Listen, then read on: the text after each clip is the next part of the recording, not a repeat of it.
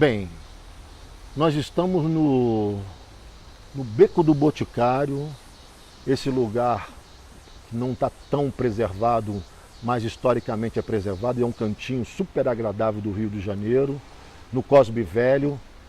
E quem mora por aqui é o nosso renomado e querido professor em comunicação social da Universidade Federal do Rio de Janeiro, professor Muniz Sodré.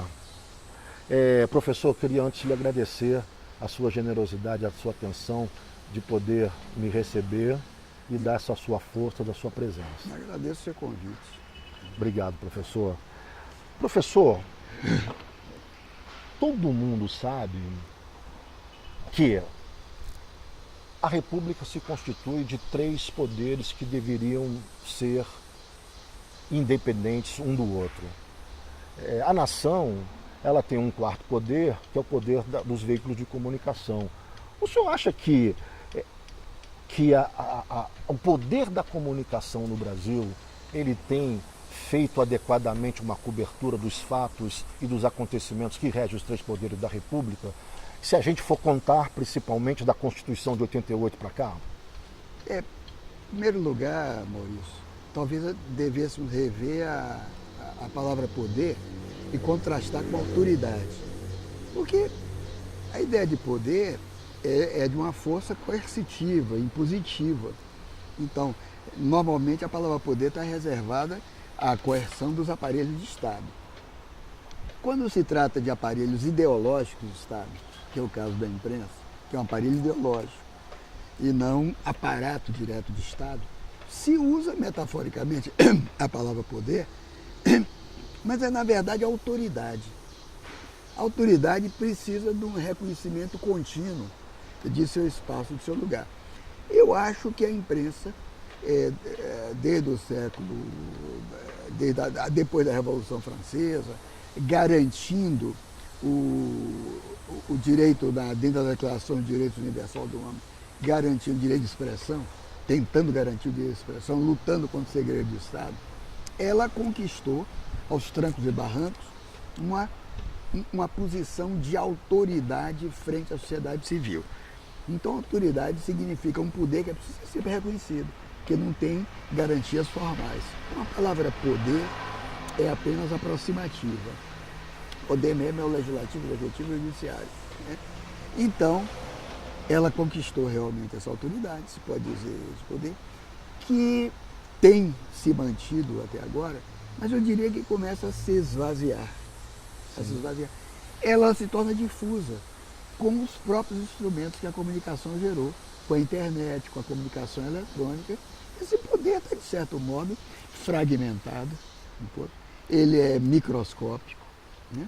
Todo mundo com um computador na mão, um modem na câmera, tem parte desse poder hoje, embora o impresso ainda acumule alguma centralidade, alguma centralização, que é característica desse poder que você está falando. Esse poder é um poder de centralização de forças. As forças se disseminaram hoje. De 80, da Constituição de 88 para cá, que é uma Constituição inovadora, uma Constituição moderna, que não foram cumpridos todos os seus dispositivos e que passou para o povo, para a sociedade, parte dos poderes antes reservados à elite. A Constituição, se fosse cumprida integralmente, seria maravilha. Eu acho que o jornalismo pecou, a mídia pecou, por ver apenas, e faz parte da essência do jornalismo ocidental, digamos, a ruptura do cotidiano, por ver o pior, por ver o anômalo, por ver a cobra. É como se, eu diria que o jornalismo é um pouco, tem essa coisa grandiosa por detrás, mas eu vejo também como o pior nosso de cada dia. Em vez apenas do pão nosso de cada dia, o pior nosso de cada dia é que o jornal, quer dizer, o jornal não tem uma postura cívica, no sentido de elevar o cotidiano, de elevar a comunidade. Eu sou muito crítico da ideologia da imprensa, embora ela tenha momentos de ser cada vez mais necessária para investigar o poder, para denunciar. É como se fosse um Ministério Público sem poder de Ministério Público. o Ministério Público com autoridade, porque a função do Ministério Público é denunciar. E a imprensa hoje, curiosamente, está muito colada ao Ministério Público. O Ministério Público vai, investiga, ganha muitos poderes, faz denúncia e a imprensa acompanha. Mas esse poder denunciatório, esse poder denunciativo é também exagerado. Eu acho que deveria haver, já que agora o povo se manifesta com autoridade através da mídia eletrônica, de modo geral o povo vem seguindo essa coisa denuncista e do pior, porque a internet, como território ético, é um lixo. É um lixo. É o que Heidegger chamava o falatório, é o lugar do falatório, é o lugar do boato. Eu me pergunto se tudo isso não está sendo, de algum modo, dissipado. Eu não acho que a imprensa, que a mídia, Sim. tenha acompanhado todas as possibilidades abertas pela Constituição. Eu não acho. A mídia fica à espreita do pior, à espreita do mal, à espreita da quebra, para então denunciar. Uma posição, por outro lado, eu diria, não denuncista, mas enunciativa. No sentido crítico. No sentido crítico seria necessário, mas uma só de enunciação do bom, por outro lado, é uma imprensa chata. Digamos, a imprensa da ditadura russa era uma imprensa chata. A imprensa chinesa Meu Deus. é uma imprensa muito chata. Exatamente. Então, a imprensa fica entre a sedução do leitor com coisa que desperte a curiosidade e, digamos, aquele pano de fundo cívico que diz que ela é uma grande coisa, que é a grande campeã das liberdades civis. E a imprensa brasileira? Eu acho a imprensa brasileira boa. Ah, Eu acho boa. Do ponto de vista técnico, sim, também acho isso. do ponto de vista técnico, uma boa imprensa. Nós temos excelentes jornalistas, excelentes, grandes figuras. Eu tenho alguns jornalistas de quem eu sou amigo de um e fã do outro. Por exemplo, eu sou amigo e gosto muito do Alberto Dines, inclusive escrevo para o Observatório da Imprensa. Sou fã do Hélio Gaspari, que eu não conheço, até antes via assim, era ligado ao governo, mas eu acho um grande jornalista. Mas, como bloco, a imprensa no Brasil, como a imprensa nos outros lugares, são os intelectuais coletivos das classes dirigentes, como bloco. O Globo é um intelectual coletivo da classe dirigente, está sempre a classe dirigente e depois tentando esquecer o que fez. A Folha de São Paulo, o Estado de São Paulo. Os jornais, para mim, constituem esse bloco. Isso que Palmiro Togliatti chamou de intelectual coletivo, que Gramsci chamou de intelectual orgânico. Mas eu prefiro a expressão intelectuais coletivos e não orgânicos, porque o partido em si mesmo é um intelectual orgânico. Mas eu acho que a imprensa são intelectuais coletivos das classes dirigentes. E talvez não possa ser outra coisa, que a imprensa depende de anúncios. É caro produzir uma notícia, é caro fazer televisão, é caro fazer a notícia de jornal, precisa de anúncio, então a independência dos jornais é cada vez menor na medida em que os jornais se transformam em holdings. A Rede Globo é uma holding de muitas, cento e tantas empresas, sei lá quantas empresas tem a Globo. Não é possível ser independente disso, ancorado a tanto interesses comerciais, a tanto interesses industriais. Então, nessa balança entre os interesses comerciais e os interesses populares, os interesses cívicos, que a imprensa tenta se equilibrar. Portanto, no fundo, a imprensa é um PSDB melhorado. O PSDB é muito ruim. Está sempre em cima do muro, só que esse muro está equilibrando para um lado, hora para o outro. Então, eu hoje não vejo mais com o mesmo entusiasmo diante a função da imprensa, o lugar da imprensa na sociedade brasileira. Agora, você me pergunta que deveria acabar, isso ainda não seria um desastre se acabasse. Nós temos que aprender a lidar com esse desastre, talvez com as armas, os instrumentos que temos agora, que é a possibilidade de intervirmos como fonte de informação nesse mainstream, né? Essa possibilidade. Mas eu vejo essa possibilidade toldada, acabada, pelo falatório nocivo, pelo boato, pelo comércio que invadiu a internet. A internet me parece um lixo necessário. O lixo é necessário, mas me parece um lixo. Por isso nós estamos na internet. Por isso que dá... Professor, os anos 50 no Brasil, eles marcaram um período de grande importância e é um período, inclusive, de desenvolvimento que, ao meu ver, foi um período muito curto. Mas, de qualquer maneira, tem uma influência muito grande, inclusive, na arte brasileira. Surgiu daí algumas coisas importantes no Brasil, como a Bossa Nova, como o Cinema Novo, depois, uns anos mais tarde, como o Tropicalismo. E o Cinema Novo, ele discutia quais as formas e os conteúdos que o cinema brasileiro deveria de tratar a nossa realidade miserável, real, que é, e a nossa realidade miserável também intelectual, pelas importações de ideias e tudo mais. O senhor acha que o Brasil ainda é um país colonizado? Olha, antes mais nada dos anos 50, é preciso dizer o seguinte, que os instantes, digamos assim, fortes, os instantes férteis da produção intelectual brasileira tiveram um pouco a ver com o que se passava no Estado e no governo, e foram instantes em que os intelectuais brasileiros refletiram sobre a tarefa penosa que é dizer o que é o Brasil, o que é o brasileiro. Essa, para mim, é a grande questão filosófica brasileira.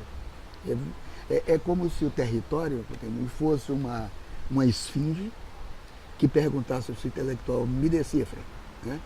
Me decifra ou eu te devoro. E o intelectual tenta dizer, então, o brasileiro. Por que tenta dizer? Porque o Império deu ao Brasil Estado e nação, isso foi feito pelo Império brasileiro, mas não deu povo, não fez um povo. Quando vem a República, o Estado e a nação mal ou bem estão construídos, mas o povo é um enigma. O povo é um enigma. E essa tentativa de construir o povo foi objeto do pensamento dos grandes intelectuais que refletiram sobre o Brasil como um todo. E da arte brasileira. E da arte brasileira, o modernismo foi isso. Que introduziu o povo pela primeira vez como personagem fundamental e não como o sacrificado. Exatamente. Né? Então, foi o modernismo, depois foi Gilberto Freire, Caio Prado Júnior, Sérgio Buarque de Holanda, Jorge Amado, que foi um escritor pensador, no modo dele. Celso Furtado, no sentido do ensaio. Furtado, bom, Afonso Arinos, um bocado de gente. Uns até meio racistas, outros não, mas e chega ao cinema, por exemplo, Glauber. Qual é a temática do filme de Glauber? É essa. É exatamente isso. É essa a temática do filme de Glauber. Né? É dizer o que é Brasil. E o Cinema Novo estava ancorado nisso. Depois vem esse momento de música popular no Brasil, que foi a coisa mais importante que o Brasil teve em 40 anos. O que assumiu o primeiro plano do discurso que foi a literatura. Sim. Mas foi a música. E a música, quando a Nara Leão, por exemplo, uma branca da sociedade, vai cantar Zequete, o Brasil vem para a televisão, vamos dizer. Exatamente. Então teve essa coisa maravilhosa, foi Chico Buarque, Milton Nascimento, Gil, Caetano, depois o João Bosco, Aldir. Essa gente entrou em cima da questão do que é ser Brasil, do que é ser brasileiro. Ora, toda essa movimentação, de certo modo, vai sendo esvaziada um pouco pela industrialização disso tudo mesmo. Mas você tinha me perguntado, além disso, sobre... Se hoje, com a comunicação de massa que nós temos, o senhor considera que o Brasil ainda é um país colonizado? Apesar de tudo isso que nós estamos retomando. Eu acho que é uma coisa chamada neocolonialismo, neocolonização. Só que o neocolonialismo, a neocolonização é de ordem cultural. Eu acho que isso não acabou. Nós, não é dizer que nós copiamos. Houve um momento de grande cópia de americanos e franceses. Mas nós já botamos tanto para dentro os modelos americanos e franceses que há uma endocolonização. Uma colonização de dentro. Sim. Uma colonização do Nordeste pelo Sudeste, por exemplo. Uma colonização... O Glauber, por exemplo, que o senhor citou, no momento em que ele esteve em Cuba, ele fez aquele documentário História do Brasil, que era fundamentado em várias pesquisas sobre a literatura contemporânea brasileira. E ele afirma, nessa oportunidade, uma coisa muito interessante, afirma que o caos brasileiro, na verdade, não existe. e nunca existiu.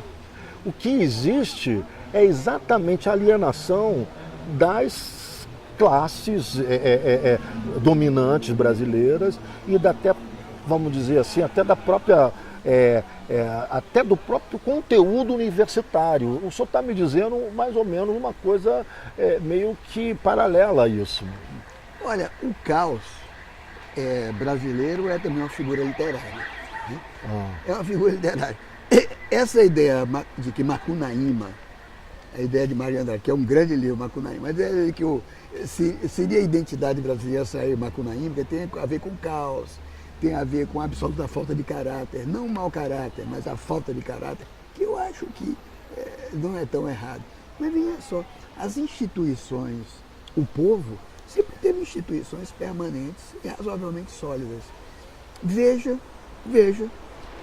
as escolas de samba, veja as congadas, veja os maracatus, veja os terreiros de candomblé, resistindo e lutando contra toda a opressão de Estado, que firme aí, hoje contra a opressão dos evangélicos, desses grupos neofundamentalistas que estão na sociedade brasileira.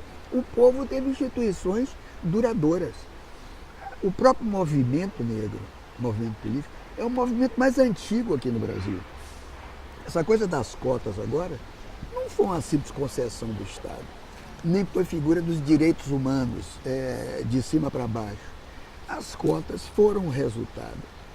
E o Estado pongou nesse momento uma luta de muitos anos na realidade brasileira, que vem desde o início do século, desde antes da Frente Negra.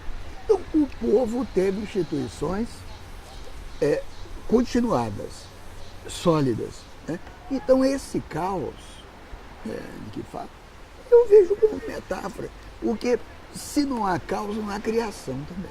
O caos é um momento de criação. Agora, o Estado brasileiro, que sempre foi patrimonialista, é um Estado que sempre pecou por má gestão. Por quê? Porque, no fundo, o Estado brasileiro vive da riqueza do território e o território nacional sempre resistiu aos governos. O território é grande. Você pega um país como o Uruguai, difícil o território resistir a um mau Estado, a um mau governo. É pequeno, é pequeno. É preciso considerar que o território brasileiro, rico em matéria-primas, recursos que não são eternos, sempre resistiram aos desmandos do governo. O Estado é mal gerido. O povo é um princípio político. É um princípio político que garante a soberania dos governados frente ao Estado. Tem instituições continuadas, tem instituições sólidas que as classes dirigentes não reconhecem. Então eu não vejo caos. Então eu lhe faço a pergunta, que é a pergunta se a cultura popular ainda é vista localizada na cozinha da academia da nossa sociedade. A cozinha popular é uma invenção da cultura dirigente, da cultura erudita, porque há uma ficção no Brasil, que é a ficção da cultura nacional. A cultura brasileira, a cultura nacional. Ora, o país é marcado por uma heterogeneidade simbólica, uma pluralidade simbólica fortíssima. Então não existe essa unidade, essa centralidade chamada cultura nacional, cultura brasileira. Existe uma pluralidade cultural, uma diversidade cultural e uma coisa que é o monopólio oficial da cultura. Esse monopólio é a cultura brasileira. A cultura popular na verdade, só existe essa expressão, ela só tem algum sentido, quando ela tem uma tensão de contradição para com a cultura dirigente dominante. Então houve momentos aqui no Brasil onde essa cultura popular podia ser localizada alguma coisa, no Nordeste, o samba, aí você diria os candomblés, as religiões afro, mas não é cultura popular. As congadas mineiras são a religião afro é erudita. Você leva a vida inteira para saber do que está se tratando ali, realmente. É verdade. Eu já ouvi essa frase de intelectual baiano, importante, ligado ao candomblé, que me disse, olha, eu estou aqui há 40 anos. Há 40 anos. E realmente não entendi ainda. Sente que tem alguma coisa. O Roger Batista disse, é uma cultura a ser decifrada. É um pensamento sutil a ser decifrado. A cultura popular é uma maneira de manter a distância. os agenciamentos simbólicos do povo. Essa expressão, para mim, não tem sentido. Eu diria, existe uma cultura popularizada, que é da televisão. Sim. Mas é preciso ver que... Então o senhor diria que o Brasil ainda é colonizado? É um país ainda colonizado, com suas raízes? Bastante. Sim, sim. Bastante. O principal instrumento da colonização do Brasil é o Estado. Sim, sim. Esse Estado aí é colonizado. É totalmente colonizado. É colonizado culturalmente.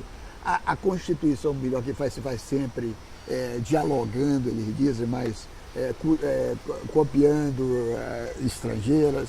Aqui o que é bom, o valor bom aqui é o que é fabricado nos Estados Unidos, claro. Tecnologia de primeiro, o que é dito na França. As elites têm um profundo desprezo pelo território. O conhecimento no Brasil é um bem público? Veja só, aí é preciso ver de que conhecimento você está se falando. Eu dizia, o conhecimento transformador, o conhecimento produtivo, o conhecimento transitivo é o conhecimento científico, sim, é o conhecimento literário, sim, organizado. Isso que é transmitido pelas academias, pelos institutos de pesquisa. Esse conhecimento se tenta democratizá-lo.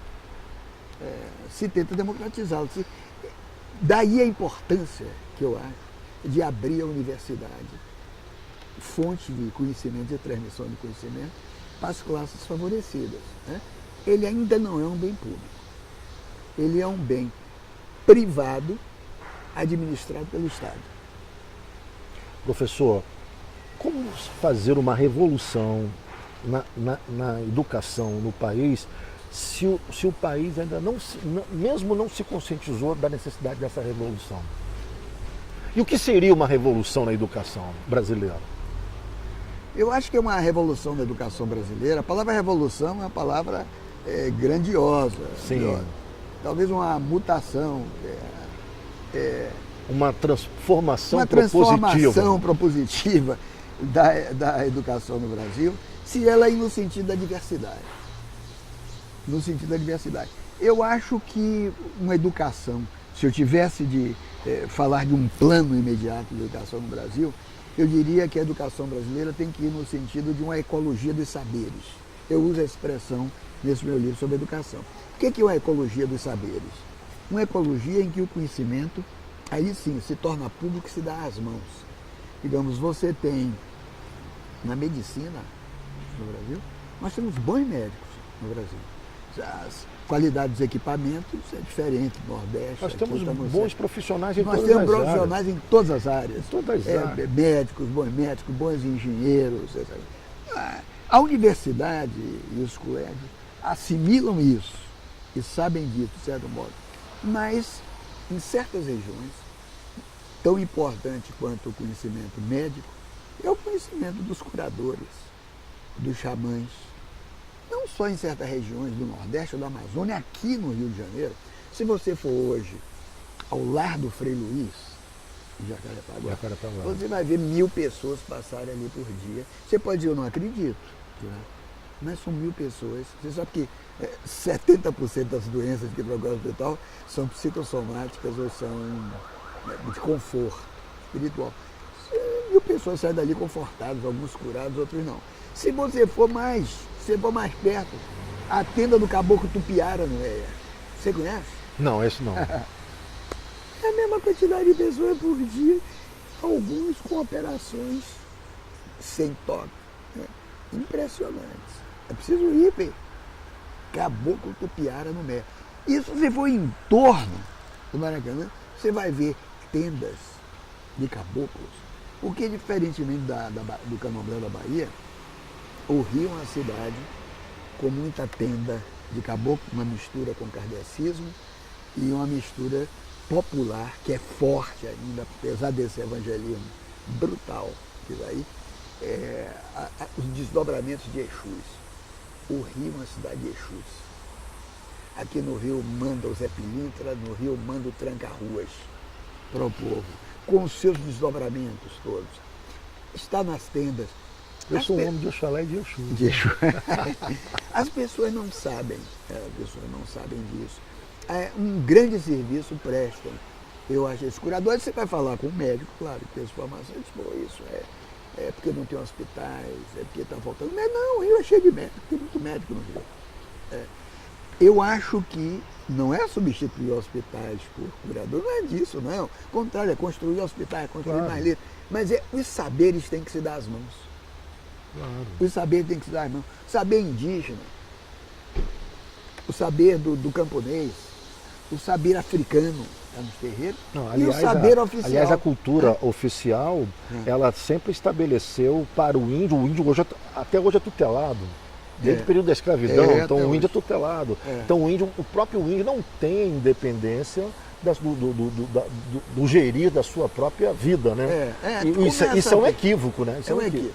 Começa a ter, de certo modo, que os índios hoje já começam a contar a sua própria história melhor do que os antropólogos. Os antropólogos vão fazer literatura sobre os índios, mas os índios já são capazes. Eu tenho amigos indígenas intelectuais, tipo Marcos Terena, no Brasil. Os Terenas, o Marco conta a sua própria história, é piloto de aviãozinho, é professor em Brasília, mas já tem a tribo. Né? Então, os saberes têm que se dar a mão.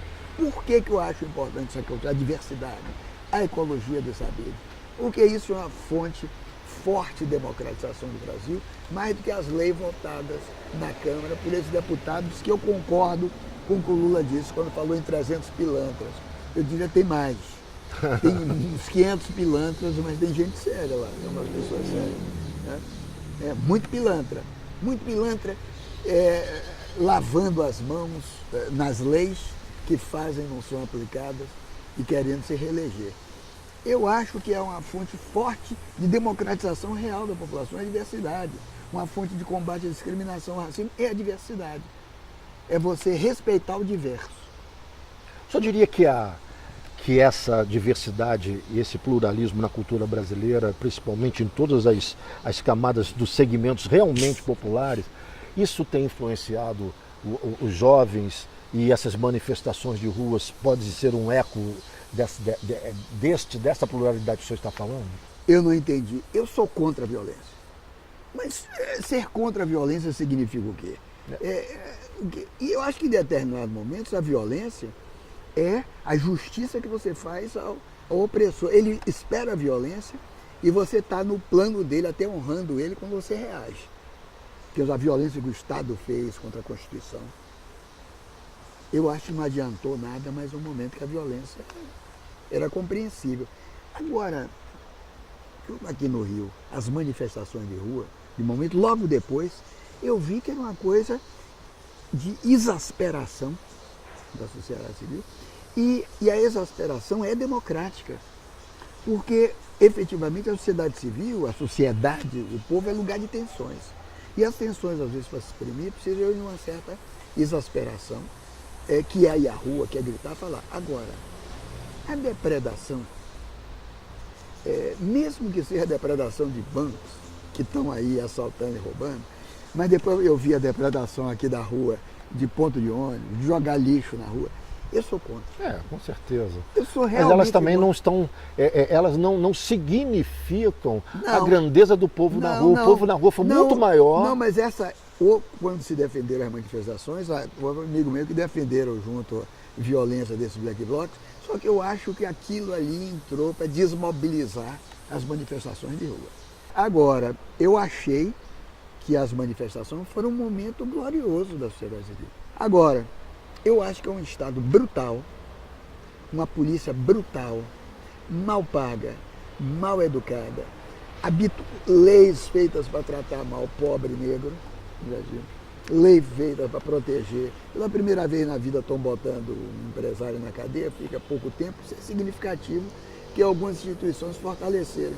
Mas é um Estado feito para maltratar o povo, para tomar imposto do povo, para maltratar o povo. Agora, por que essa disseminação da violência? Isso aí para mim é um mistério. É realmente um enigma. Que acaba com um dos mitos do pessoal de 30 e tantos no Brasil, o mito da cordialidade. O mito do caráter pacífico e benigno do povo brasileiro. Não é.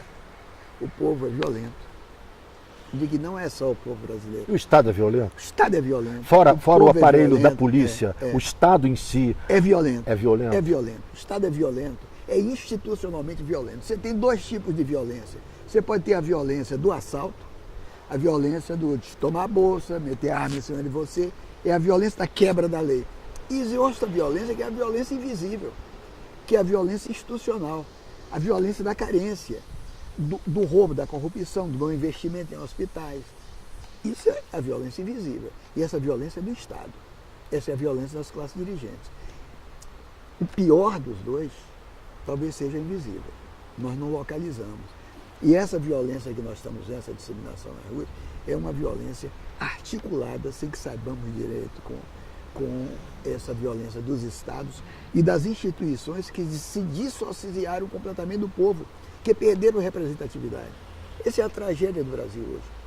O Estado, o Judiciário, é uma corte no Brasil, uma corte de poderosos. O Legislativo não tem mais, representa mais nada, a não ser os próprios interesses dos partidos. Então eu vejo a violência como uma contralinguagem abusiva, é insuportável, mas é uma contralinguagem. Nós temos que aprender de algum modo, a dialogar com ela. O esvaziamento das comunidades, o esvaziamento das famílias, fez com que a violência emergisse como uma espécie de contralinguagem insuportável e que nós não conseguimos dominar. Você acha que as eleições, do modo que elas se procedem no país, com essa lei de institucionalidade que nós temos, reflete a opinião pública e reflete a realidade brasileira? A eleição é um arremedo de democracia. A eleição é a democracia tornada calendário. Então nós temos democracia a cada 4 anos. A cada 2, né? A cada 2. Na verdade, eu ia dizer, a cada dia. A cada dia. A cada dia, porque o sujeito já entra investindo e alimentando a corrupção para ser reeleito. O legislativo virou uma máquina eleitoral. Não é uma máquina legislativa, é uma máquina eleitoral. Como é que eu vou me reeleger? Essa é a questão. Como é que eu vou obter o dinheiro das emendas para poder me reeleger, para aplicar e reeleger? Ora, então, a eleição, que é desejável, mas desejável do que a ditadura, tornou-se, na verdade, a grande fonte alimentadora da corrupção e do distanciamento que a Câmara tem das massas, do povo. Não representa coisa nenhuma. Representa os seus próprios interesses e gira burocraticamente ao redor dos partidos. Ora, quando um poder gira burocraticamente ao redor de si mesmo, ele alucina. Porque, veja só, quando você não faz conexão, quando você não representa, quando você não tem relação, você enlouquece. O nazismo era isso.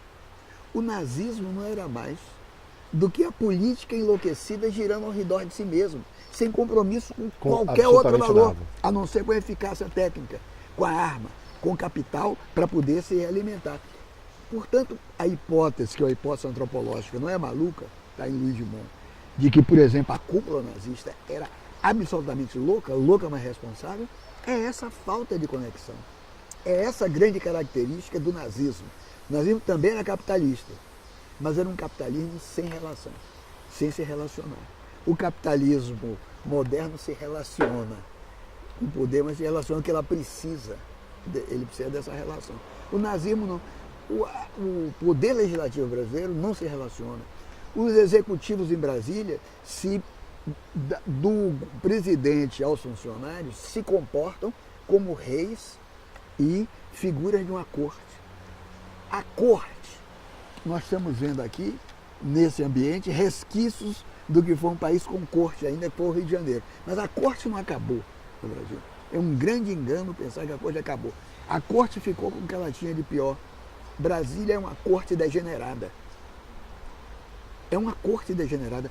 Cada sujeito em Brasília se comporta como membro de uma corte que deixou de existir juridicamente há muito tempo. É verdade. Então, isso é uma dissociação completa do resto do país, do resto do Brasil. A violência emerge aí como contralinguagem. É isso mesmo. Viu? É isso aí. Professor, Viu? Tá. Obrigado. Obrigado.